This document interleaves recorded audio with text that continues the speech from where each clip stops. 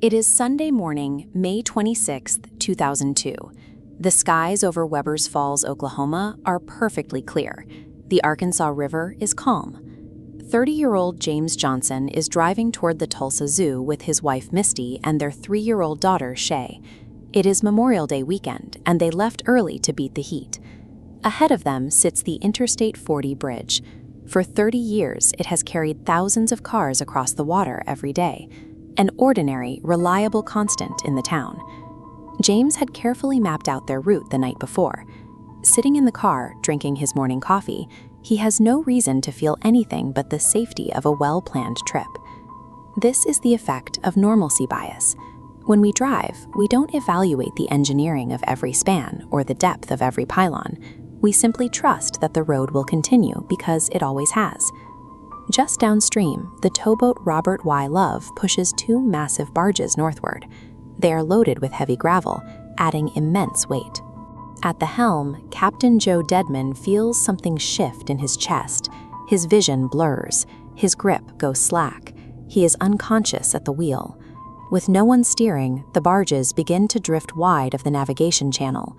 They are heading silently toward the concrete piers of the bridge. Up on the interstate, the Johnson family is cruising at highway speeds toward the river crossing. Below, a 100-ton silent threat is drifting into their path. Human health is apparently unpredictable. On this morning, the safety of the interstate relied entirely on the consciousness of the man at the helm.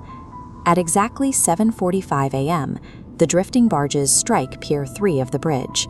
The impact cracks the support loose. 503 feet of the interstate highway fractures and falls directly into the Arkansas River. On the bridge deck above, there is no warning. No sirens, no flashing lights, and no physical barriers deployed to stop the oncoming holiday traffic. The asphalt simply ends. Drivers traveling at 70 miles per hour have no time to brake. Cars follow the pavement into open air. Semis follow right behind them. The Johnson family's vehicle goes over the edge. Down below, the impact jolts Captain Deadman awake. He opens his eyes just in time to see a car falling from the sky.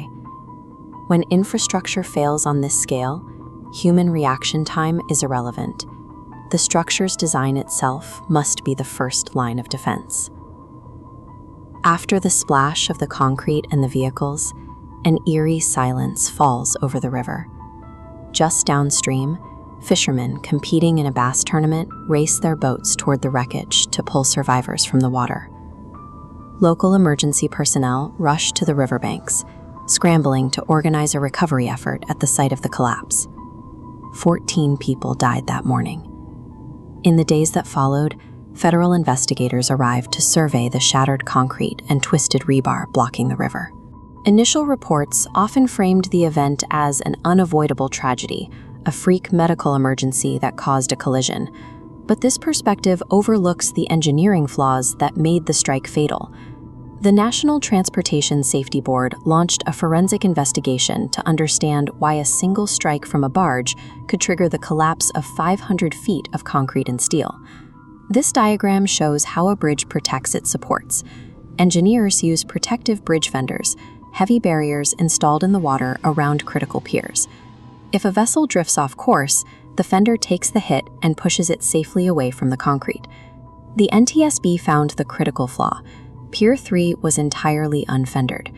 Unlike comparable river crossings, this pylon had no physical barrier to absorb a blow.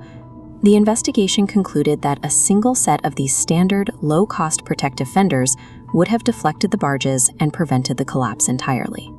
James Johnson had mapped his route for safety, unaware that the bridge itself lacked a basic, cost-effective safeguard used on other parts of the river. Leaving a bridge pier unprotected in a high-traffic river channel turned a medical emergency into a structural inevitability. Today, a bronze memorial stands on the riverbank in Webbers Falls. It depicts a young girl releasing a dove, representing Shay Johnson. Beside her, a clock is permanently set to 7:45. 14 people died inside a structural gap that cost almost nothing to close. We build roads and bridges to carry us safely across the things that can hurt us. But as Webbers Falls shows, The most expensive part of infrastructure is the lives lost to the safety features we leave out.